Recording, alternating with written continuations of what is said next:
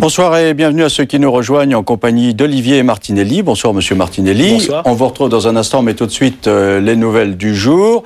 4 femmes, 8 hommes, dont José Bové. Ils seront donc 12 candidats à l'élection présidentielle. Il était 17h30 cet après-midi lorsque Jean-Louis Debré, le président du Conseil constitutionnel, a annoncé la liste des élus. Voici donc la liste des candidats dans l'ordre résultant du tirage au sort. Monsieur Olivier Besancenot, Madame Marie-Georges Buffet, Monsieur Gérard Chivardi, Monsieur François Bayrou, Monsieur José Bové, Madame Dominique Voynet, Monsieur Philippe de Villiers, Madame Ségolène Royal, Monsieur Frédéric Nious, Monsieur Jean-Marie Le Pen, Madame Arlette Laguillet, Monsieur Nicolas Sarkozy. Après cette annonce, José Bové était très satisfait. Il a immédiatement fixé l'enjeu, une insurrection électorale, a-t-il dit, pour un autre partage des richesses entre ceux qui peinent et ceux qui se goinfrent. Il était très content, José Bové. Jusqu'au bout, on a douté, malgré le travail incroyable qu'ont fait des femmes et des hommes à travers toute la France, parce qu'en un mois et demi, réunir plus de 500 parrainages avec tous les blocages des partis institutionnels, c'était un record. Et je crois que vraiment, c'est eux que je veux le remercier en premier. Et puis, bien évidemment, les maires et tous les élus qui ont permis à la démocratie, enfin, de pouvoir fonctionner. Je pense qu'on est parti, on a fait une campagne extraordinaire en un mois et demi pour avoir les parrainages. Les 5 semaines qui viennent vont être, à mon avis, très fortes. Beaucoup de gens attendaient ce feu vert du Conseil constitutionnel. Maintenant, on est parti et je crois qu'on va avoir une campagne qui va être à la fois militante et joyeuse. Olivier Martinelli, il est important que José Bové ait pu se présenter ? Oui, tout à fait.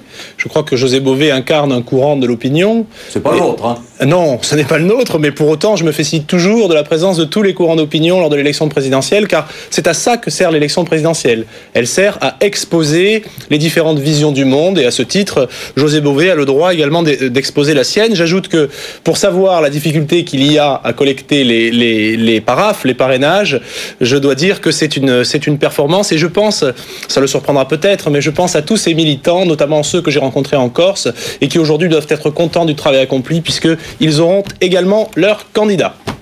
Voilà, en Corse, dites-moi, alors effectivement, José Bové a eu 503 parrainages qui ont été validés par le Conseil constitutionnel. Il en fallait 500. Notre sondage hebdomadaire est l'âge 2 pour BFM TV, RMC et 20 minutes. C'est la stabilité. Nicolas Sarkozy, 29% plus 1. Ségolène Royal, 26. François Bayrou, 22. La même chose que la semaine dernière. Jean-Marie Le Pen, 12,5, moins 1. Mais bon, disons qu'il n'y a pas beaucoup de bouleversements au deuxième tour. Nicolas Sarkozy bat toujours Ségolène Royal, 52-48. Et si François Bayrou se trouvait au deuxième tour face à Nicolas Sarkozy, il emporterait maintenant 57-43. Voilà qui donne à réfléchir. Et à gauche, on commence d'ailleurs à s'énerver. Dominique Voynet a proposé des débats entre candidats de gauche pour créer une dynamique à gauche. Elle a été immédiatement relayée dans cette proposition par Marie-Georges Buffet. Mais du côté du Parti socialiste, c'est une autre chanson. Pauline Revenat, vous avez passé plus d'une heure cet après-midi en compagnie de Ségolène Royal. Elle veut bien débattre, mais avec la droite. Effectivement, alors on a été convoqué cet après-midi au QG de Ségolène Royal vers 15h et la nouveauté, la voilà, Ségolène Royal dit ne pas être hostile au débat avant le premier tour. Alors quand on l'interroge pour savoir si elle a envie de débattre avec Jean-Marie Le Pen, là tout de suite la candidate socialiste fait la grimace et répond il faut que cela puisse être audible, il faut qu'on puisse s'entendre. Alors si elle accepte ces débats, c'est, nous explique-t-elle, parce que elle a compris que les Français étaient en demande et surtout elle a compris que la différenciation entre les projets de Nicolas Sarkozy, de François Bayrou et du sien ne sont pas très clairs. Donc elle a envie de débattre. Et puis, évidemment, elle a dit qu'elle rentrait dans une nouvelle phase de campagne, une phase cruciale. Alors, ce qui vous a frappé cet après-midi aussi, Pauline Revenat, c'est que Ségolène Royal est très déterminée. Elle n'arrive pas du tout à envisager une seconde qu'elle puisse être battue.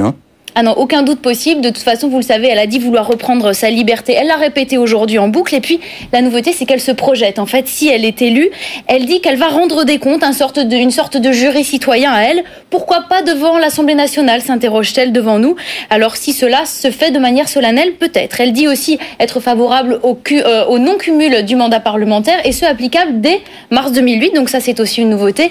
Garder sa liberté pour ne pas perdre le contact. Elle dit « J'ai beaucoup appris auprès de François Mitterrand. J'ai passé 17 ans à l'Élysée et j'ai pu observer que le pouvoir, ça isole. » Alors Olivier Martinelli, pendant longtemps, Jean-Marie Le Pen a pensé qu'il pourrait se trouver au second tour face à Ségolène Royal, mais là maintenant il a l'air de considérer que c'est elle le maillon faible.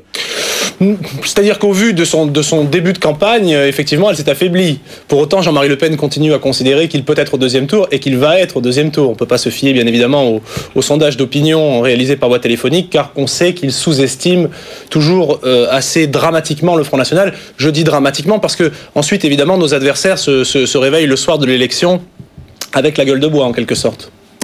Alors, du côté de l'UMP, il y a un changement de braquet. Au siège du parti de Nicolas Sarkozy, on avait pris l'habitude d'afficher comme ça un décompte des jours jusqu'au premier tour. Maintenant, on affiche le décompte jusqu'au deuxième tour. Alors, est-ce que ça veut dire qu'il y a une très très grande confiance à l'UMP? En tout cas, les explications ne sont pas les mêmes, suivant que l'on se tourne vers Valérie Pécresse, qui est porte-parole de l'UMP, ou bien vers Jérôme Perra, qui est le directeur général de l'UMP. C'est un peu ambitieux, oui, on prétend y être, parce qu'on a un certain nombre de choses à y faire valoir pour les Français. Non, alors pas du tout, c'est un changement purement technique, parce qu'il y avait un décalage entre le QG de campagne de Nicolas Sarkozy, qui a toujours fait un compte à rebours à partir du deuxième tour, et l'UMP. Voilà, et l'UMP. Donc Nicolas Sarkozy, d'ailleurs, qui a annoncé ce soir que c'est Jacques Chirac qui donnerait la date de son départ du ministère de l'Intérieur. Et Nicolas Sarkozy, qui, vous le savez, est au centre des attaques de la gauche. Il lui est reproché d'avoir fait un coup électoral en permettant aux policiers français de participer à l'arrestation de Cesare Battisti au Brésil. Cesare Battisti, c'est un activiste italien qui a été condamné en Italie pour avoir participé à 4 meurtres. Et il dément cette participation. Cesare Battisti, il ne veut pas être extradé en Italie. Géraldine Wessner. Cesare Battisti arrêté au Brésil, en partie grâce à des renseignements communiqués par la police française. Il n'en fallait pas plus pour déchaîner la critique contre Nicolas Sarkozy. Premiers à réagir, les soutiens de Cesare Battisti. L'écrivain Gilles Perrault qualifie cette arrestation d'électorale, voire d'électoraliste. Une accusation reprise par les Verts, qui voient dans cette capture un signe avant-coureur inquiétant de ce que ferait s'il était élu président Nicolas Sarkozy. Des attaques qui ont provoqué ce matin une réponse agacée du ministre. Il y a une justice italienne qui demande quelque chose. Il y a Interpol qui demande quelque chose. Il y a un gouvernement italien de gauche qui demande quelque chose. Pour aller saisir quelqu'un qui est accusé d'avoir commis des assassinats en fuite au Brésil. Et la France devrait s'opposer à la justice indépendante italienne, au gouvernement italien de gauche, à Interpol. Quant à la Ligue communiste révolutionnaire, elle réclame la clémence pour Battisti. Je fais partie de ceux qui réclament l'amnistie pour Battisti, puisque ça a été notamment une promesse qui a été faite sous un président de la République. Le Parti socialiste, divisé, met en avant son attachement à l'état de droit et au respect des conventions internationales sur l'extradition. Rappelant qu'il y avait eu crime de sang, l'UMP s'est refusé à toute ingérence sur ce dossier. François Bayrou, le candidat UDF, a lui jugé que l'ancien activiste d'extrême gauche, jugé par contumace, avait le droit à un procès en sa présence. Alors Olivier Martinelli, est-il légitime ou non que les policiers français aient participé à l'arrestation de Cesare Battisti? Écoutez, je crois qu'il est en tout cas tout à fait légitime d'arrêter Cesare Battisti, qui est quand même convaincu de 4 meurtres par 3 juridictions ordinaires, jugeant selon des modes d'administration de la preuve ordinaires, dans des conditions respectant les droits de la défense, après épuisement des voies de recours, y compris devant les juges de la Cour européenne des droits de l'homme. Je crois qu'il était temps que la comédie s'arrête. Derrière tout ça, il y a des drames, et notamment des drames humains, des morts d'hommes, des morts de pères de famille. Il y a même le cas d'une famille dramatiquement frappée, puisque le père adoptif est tué, et l'enfant reste paralysé à vie. Donc je crois qu'il faut laisser un petit peu de côté le romantisme révolutionnaire des militants de la gauche, de l'extrême gauche verte ou trotskiste, et voir qu'il y a là une question de principe. Alors il y a tout de même, justement, sur les questions de principe, on entend dire à gauche, aussi au Parti socialiste d'ailleurs, que la France a d'une certaine manière renié sa parole, puisque François Mitterrand avait promis à Cesare Battisti qu'il lui accorderait l'asile contre la renonciation à la violence. Alors, dans son intervention de 1985, le président de la République de l'époque, donc François Mitterrand, avait été extrêmement précis. Et je m'étonne de la cécité ou de l'oubli des dirigeants socialistes. Il avait dit « La protection de la France, au regard de cette période, l'Italie des années noires, etc., s'arrête là où commencent les crimes de sang. » Dans le cas de Battisti, il est convaincu d'avoir exécuté 4 personnes. Donc la parole de François Mitterrand, conformément à son propos, et si tant est d'ailleurs que l'autorité politique puisse s'ingérer dans l'ordre judiciaire, elle s'arrête à ce qu'il a dit. Et il a été très clair. Alors, la protection de la France s'arrête au crime de sang. Si Ségolène Royal aujourd'hui a dit d'un fond, maintenant c'est une affaire entre l'Italie et le Brésil, de savoir si Cesare Battisti doit être ou non extradé, François Hollande lui a dit mais quand même l'extradition ne devrait avoir lieu que s'il y avait la garantie qu'en Italie, Cesare Battisti serait de nouveau jugé en sa présence. C'est un peu aussi la position de François Bayrou. Oui, moi je crois que c'est une question très simple de rapport entre les socialistes et Bayrou et la morale. C'est pas tellement une question de rapport entre le Brésil et l'Italie. Je ne vois pas en quoi l'Italie, qui est un grand pays, ne garantit pas un certain nombre de droits, y compris aux condamnés. Soyons sérieux. Il y a là, je crois, un certain nombre d'arguties et un certain nombre de déviations par rapport au principe de la morale commune et également de la justice nationale ou internationale. Pour vous, il n'y a pas de coup électoral de la part de Nicolas Sarkozy? Mais écoutez, je ne sais pas, mais en tout cas, s'il avait tenté un coup électoral quelconque, au vu des précédents qui existent en la matière, je l'appellerais à la prudence. Alors, Nicolas Sarkozy, qui était assigné en justice aujourd'hui par Yvan Colonna, qui est, vous le savez, suspecté du meurtre du préfet Erignac. Et Yvan Colonna reproche à Nicolas Sarkozy d'avoir attenté à la présomption d'innocence en le présentant comme le présumé coupable. On écoute quelques instants maître Antoine Solacoro, qui est l'avocat d'Yvan Colonna.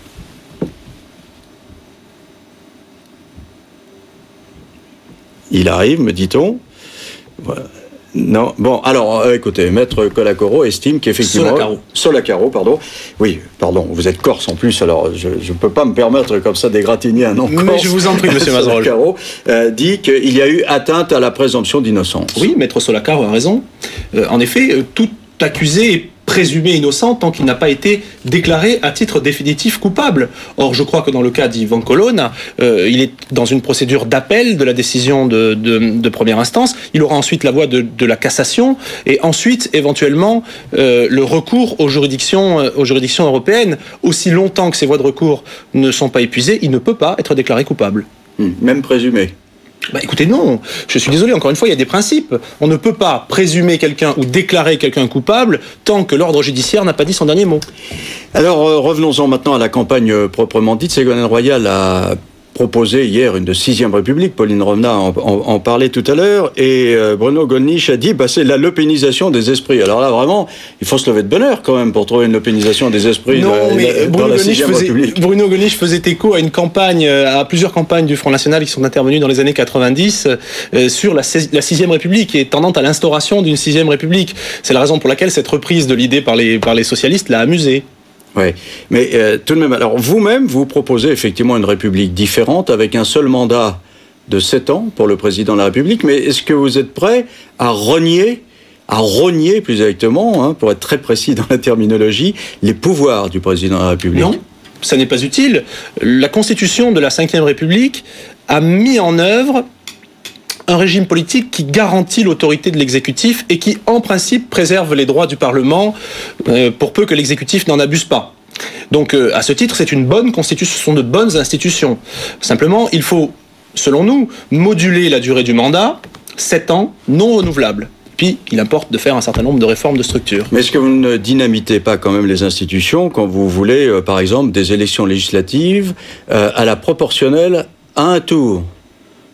Non, je ne crois pas. C'est l'éparpillement des forces politiques qui est garanti. Oui, mais les gens du Parlement, les parlementaires feront leur travail. Leur travail est de dégager une majorité parlementaire. C'est un des droits du Parlement. C'est même un des droits essentiels de celui-ci. Donc je crois que non, ça n'éclate pas du tout la vie politique et ça n'entraîne ni l'instabilité gouvernementale, ni l'instabilité politique. Simplement, à charge pour les parlementaires d'avoir l'esprit de responsabilité nécessaire pour s'entendre et constituer une majorité.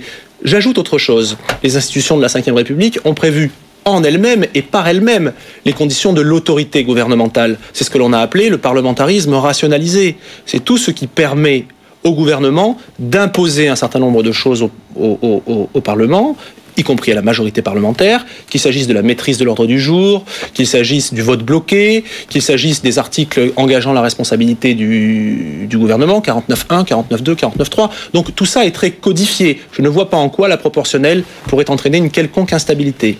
Alors venons-en à François Bayrou. Les sondages montrent quand même que ses scores sont solides.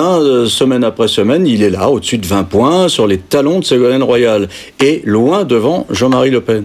Oui, vous savez ce que nous pensons des sondages. Je crois que la preuve a été administrée qu'il sous-estime et sous-évalue d'ailleurs assez gravement Jean-Marie Le Pen, ce qui pose un problème de déontologie selon moi. Car bien évidemment, un certain nombre de gens peuvent s'en tenir au sondage pour considérer qu'il n'est pas dans la course. À ce titre, les instituts interviennent comme des acteurs politiques, pas comme des commentateurs.